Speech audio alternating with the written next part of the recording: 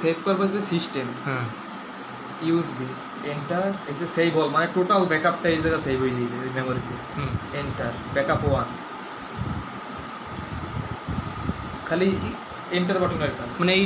মানে প্যাডে যত টোন আছে সব মানে এখন ওই চলে দিতেছে একটা ফাইলে সেভ হইবে একটা ফাইলে সেভ হইতেছে হ্যাঁ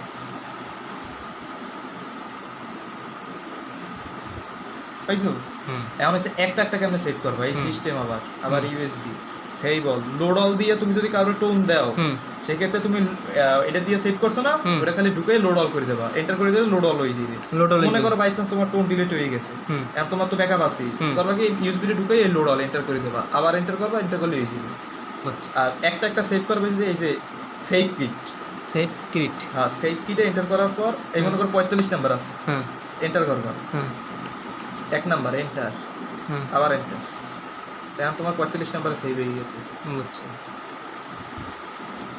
মানে একটা একটা এই যে 45 নাম্বার সেভ হয়ে গেছে এটা হচ্ছে একটা একটা করে এখানে ক্ষেত্রে তোমার খালি টোন আছে একটা তোমার একটা জিনিস দেখে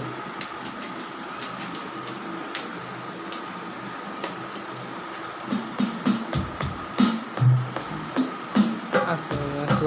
এই যে এটা মনে করো খালি ওই 45 নাম্বার সেভ করছি না এখন লোড দেবা কেমনে এই ইউএসবি সেভ কিটের জায়গায় দেবা লোড কিট এই যে ওই 44 না 45 নাম্বারের টোনটা 45 নাম্বার 194 নাম্বারে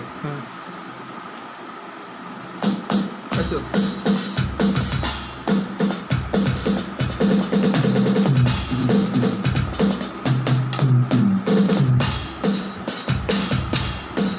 আর আমি একটা একটা করে আবার ধরো নিমু পেন ড্রাইভে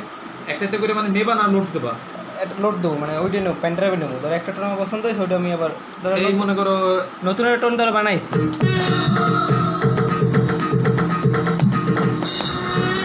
এইটা মনে করো মৃদঙ্গটা নেবা এই ইউএসবি এন্টার এর সঙ্গে একটা একটা করে নেবা তো এই সেভ কিট দেবা মানে এসে সেভ করবা পেন ড্রাইভে তাহলে সেভ কিট দিয়া এই 2 নাম্বার মৃদঙ্গ এক নাম্বারটা টোন আছে তুমি যে সেভ করতে আসো ইউএসবি তে এটা এক নাম্বারটা টোন আছে তাহলে এই 2 নাম্বারে খালি আছে যদি খালি না তাহলে লেখা উঠবে যে কোনো টোনের নাম লেখা উঠবে আর খালি থাকলে কিছু লেখা উঠবে না এই এন্টার আবার এন্টার এই প্রসেসিং শেষ এখন 2 নাম্বার সেভ হয়ে গেছে